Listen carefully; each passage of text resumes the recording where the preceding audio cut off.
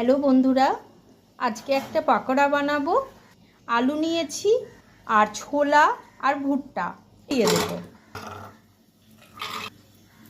একটা কারি পাতাও দেব আর জল দিয়ে সিদ্ধ করে নেব। জলটা ঝরিয়ে নেব। সিদ্ধ করা কর্নটাকে ছাড়িয়ে নিচ্ছি। আলু আর ছোলাটা ম্যাশ করে নেব।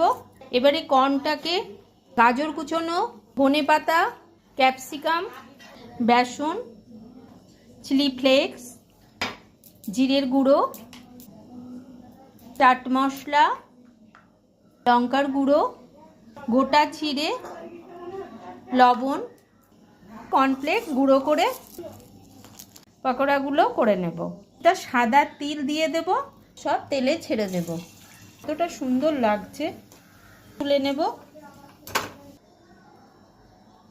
লাইক, কমেন্ট, শেয়ার করে আমাদের চ্যানেলটিকে সাবস্ক্রাইব করবেন।